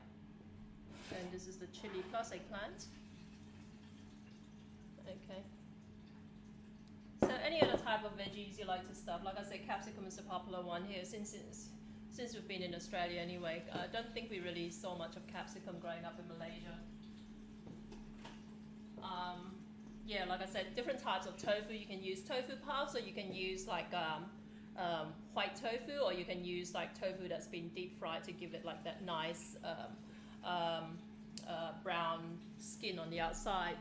Read a hoisin sauce confusion. I believe most Malaysians know that as sweet sauce that's drizzled over chee cheong fun. I actually don't remember calling hoisin sauce until I came to Australia and learned that it's called that. Yeah, that's true. That's true too. In Malaysia, we call it what do you call it? Tim jiang, which literally means sweet sauce, right? Yeah, when I mentioned hoisin sauce on the Malaysian Facebook page, people were saying, oh, but how do you make the sweet sauce? I think that is the sweet sauce. Hoisin sauce is the sweet sauce. It's the same thing. But you're right, totally. We didn't know that it was called hoisin sauce till we came to Australia, because in Malaysia, even though there's a large Chinese community there, the Cantonese we speak in Malaysia is kind of like mutated a little bit as well. I mean, that and plus, you know, just a lot of other reasons. But when I first came to Australia, I worked while I was, on weekends while I was still in high school here. I worked at a yum cha place, right? Yum cha, like, those trolley things where you sell dim sum and that sort of stuff. I worked in a Chinese restaurant serving yum cha. And back in those days, all the Chinese restaurants in Chinatown were owned by Hong Kong people, right? And they're staffed by Hong Kong people. And you become very, very quickly aware at how different your Cantonese that you grew up speaking in Malaysia is compared to the Cantonese spoken by the Hong Kong people. It's quite, yeah, it's a little bit of a learning curve. And the honkies, as we call them, they're pretty merciless in making fun of your Chinese if you don't speak it properly. So I learned pretty quickly to speak Cantonese with a honky accent. So that today, if I bump into someone from Hong Kong and speak to them in Cantonese, they will assume I'm actually from Hong Kong, right? Because I was so embarrassed. I was basically so paranoid about being humiliated about my Cantonese accent that I started speaking like a Hong Kong person. So usually when I talk to honkies over here, they assume I'm from their home country, but they also assume, because of my lack of vocabulary, that I probably left the country when I was a kid. Yeah, confusion galore. If you say sweet sauce in Ipoh, that's a different thing altogether. Ipoh sweet sauce is reddish in color. Is that right? So what's in your sweet sauce? That's interesting. Everything is different, even in different parts of Malaysia. And yeah, one good example is Hokkien noodles, right?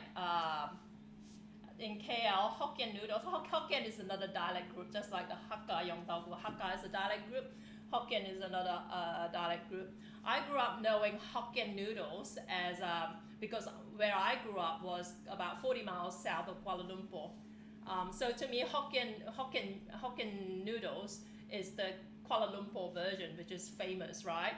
And what it is kind of like these noodles braised, like egg noodles, thick egg noodles braised in a really dark sauce, using that sauce that I showed you earlier, this thing here, all right? This cooking caramel, as it's called nowadays. So it's like a nice, really, I should make it, I've made it once, like maybe 5 years ago, live on air, not on Twitch, obviously, but I should do it again, because I've had some requests for it. But in Penang, Hokkien noodles means something else, right? And in Singapore, Hokkien noodles means something else as well. And Singapore is like south of Malaysia. I agree. I speak English with people from Hong Kong, as I don't want them to start talking Cantonese with me, as I can't understand. Oh, is that right? Ipoh sweet sauce, I was told a long time ago, had papaya in it as an ingredient. I don't that is, yeah, I definitely haven't had any sweet sauce that has papaya in it. That's quite interesting. Then again, the Indian rojak that I had in Seremban, made by Chinese people. I don't know, it's called Indian rojak, but made by Chinese people. You know, the one with the sweet potato sauce. I grew up being told it was made with papaya as well. It wasn't until I came to Australia and looked up the recipe because I really missed the roja, the salad, right?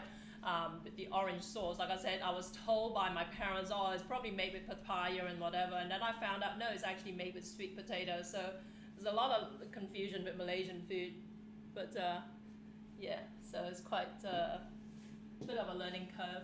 But yeah, as far as Hokkien noodles or Hokkien mee, in Penang, Hokkien noodles refers to the prawn noodle soup that you've seen me make a few times.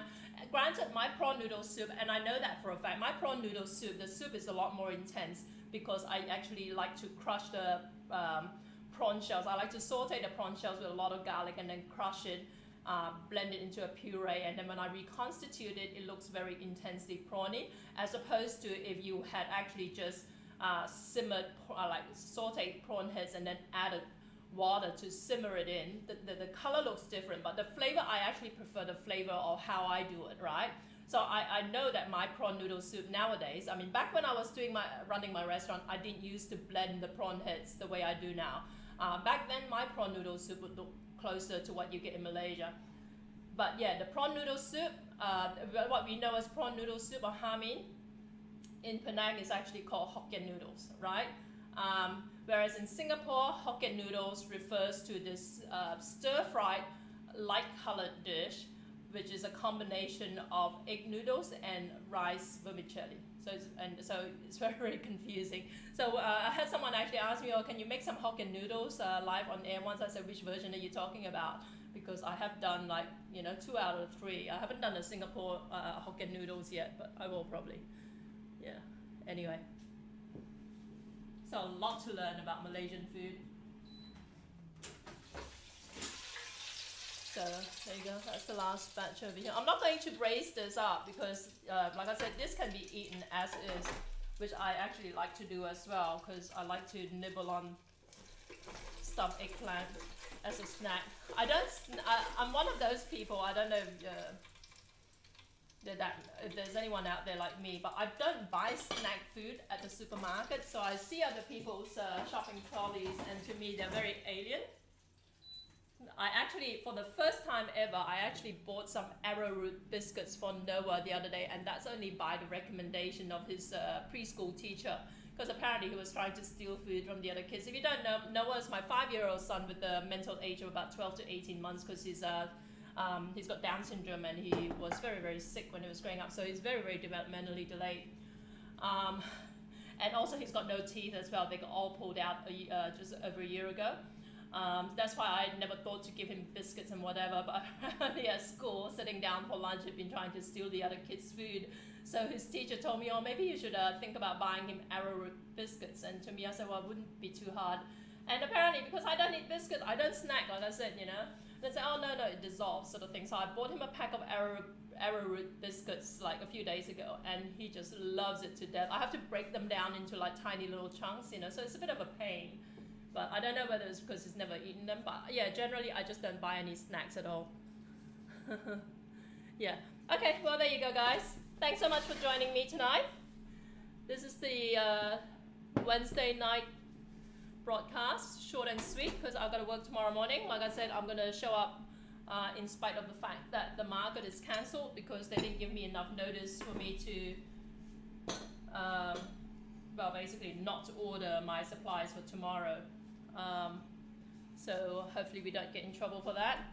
It's our first time ever, because I've been trading at the market for years and years now, and every time they cancel a market, I will find out the following week that while we obedient ones decided not to show up in good faith because they cancelled it, we will find out there'll be some renegade stallholders who still showed up, and by virtue of the fact that they had less competition, they would basically do a roaring trade. So for the first time tomorrow, I'm going to do that, and it's not because I was hoping to kind of capitalize on other people not showing up. It's simply because I've already planned everything. I've already ordered all the food I need, and they didn't give us enough notice, basically. Okay, so last batch. This is just going straight into a takeaway box once it cools down, and I'm gonna store it in the fridge and just nibble on it as a snack. And yeah, right here. Thanks again, guys. I will see you this Friday. This Friday, this Friday I'll be co-hosting with Valerine. She'll be coming over if she's still around in the chat room. Say hello, Valerine. What's that? Fingers crossed you'll be okay for tomorrow. Yeah, I know. It's been like raining cats and dogs here in Sydney. I know. I don't like telling Melbourneites that it's raining in Sydney because it almost never does. But like when it rains in Sydney, it pours. Whereas in Melbourne, it's just like a miserable drizzle. It feels like it anyway, night and day. So we've had beautiful weather until today where it's just been pouring non-stop. It's just been horrendous. That's why they cancelled the market for tomorrow. But yeah, this Friday, 12:30 Sydney time, Valerine will be joining me. We'll probably start a little bit early actually, but I probably will because we want a bit more time. But after cooking, we're gonna have a Q&A. So we're gonna chill out. We're gonna sit down and eat and just basically talk to you guys. If you've got any questions, AMA, ask me anything and I'll be happy to answer it. We had beautiful sunshine all day today. Miserably freezing now. See, it doesn't last in Melbourne. No matter how you spin it, people always say that Melbourne's the most livable city, and I don't get it. I just, you know, in all honesty, I haven't actually really had a good stay in Melbourne so far. I've really only gone down there for work, and usually it's like fly in, fly out, you know, to do a quick TV segment or shoot a few TV segments or whatever. So I just see like, you know, wet, miserable trips. That's the thing that really sticks in my mind about Melbourne. I'll fly in, like it'll be cold and wet and miserable, and then I'll be like in a cab and like it'll be like drizzling all the way to the TV studios, and it'll be the same in the afternoon as well for whatever reason. And maybe I've just been really, really unfortunate, but yeah. We had beautiful sunshine all day, yeah. Anyway, yeah, right here. So don't forget this Friday, ask me anything at 12:30. Like I said, we'll probably start a bit early, just give us a bit more time to kind of like sit down and chill out and eat the food, and you know, it'll be kind of like part cooking and part eating as well. So we're just experimenting with a few different formats, haven't really settled on anything yet. Don't forget to spread the word. If you're not watching this on Twitch, don't forget to follow me on Twitch, which is twitch.tv/JackieMFood, or the short URL, if you can't remember all of that, is just JackieM.live, L-I-V-E, all right? And that will take you to my Twitch channel. Don't forget to hit follow, and I will see you. And yeah, my website is where you can get the recipes. It's just JackieM.com.au, right here. Thanks, guys. And this is frozen, so I don't know how I'm going to close this. This is going to be interesting. Okay, I'm going to Control-Alt-Delete here. Task Manager. Yeah, like I said, I've been running this broadcast with XSplit Broadcaster frozen.